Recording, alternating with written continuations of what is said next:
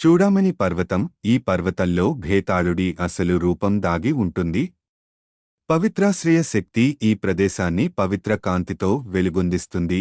భేతాళుడి శక్తి కేంద్రాన్ని నాశనం చేస్తుంది. గ్రామ పరిసరాల యజ్ఞపీఠం. తల్లి చెప్పినట్లు భేతాళుడి అంతిమ శక్తి యజ్ఞపీఠం దగ్గరే తాను పోగు చేస్తాడు. అదే అతని శక్తి కేంద్రాన్ని నిర్వీర్యం చేసే ప్రథమ స్థలం. పూజారి చేసిన ప్రయత్నాలు. గ్రామ ప్రజల సహకారం. పూజారి గ్రామ ప్రజలను ఒకతాటిపైకి తెచ్చి వారు తల్లిని విశ్వసించి భయాన్ని అధిగమించి ధైర్యంగా నిలిచేలా ప్రేరేపించాడు.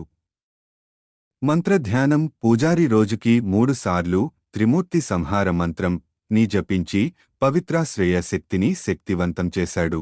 నాగసర్పం. పరదేశమ్మ తల్లి పంపిన నాగసర్పం కూడా యజ్ఞంలో భాగస్వామిగా మారి భేతాళుడి వలలో దాగిన లోపాలను గుర్తించి పూజారికి సూచనలు ఇచ్చింది. తీర్థప్రాసనం. యజ్ఞ పుణ్యంతో తల్లి ఇచ్చిన పవిత్ర తీర్థాన్ని చుట్టుపక్కల ప్రదేశాల్లో పూజారి పంచాడు. ఈ తీర్థం భేతాళుడి శక్తుల ప్రభావాన్ని తగ్గించగలిగింది. వాక్యాలు. శక్తి చెప్పిన మాటలు భగ్నచక్రం తల్లి కరుణతో మాత్రమే తెరచగలదు.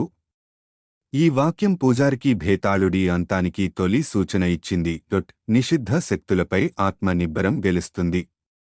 భక్తుల ధైర్యానికి ఈ వాక్యం ఆధారంగా నిలిచింది. నాగసర్పం నీ గైడుగా, తల్లి నీ ఆశ్రయంగా ఉండాలి.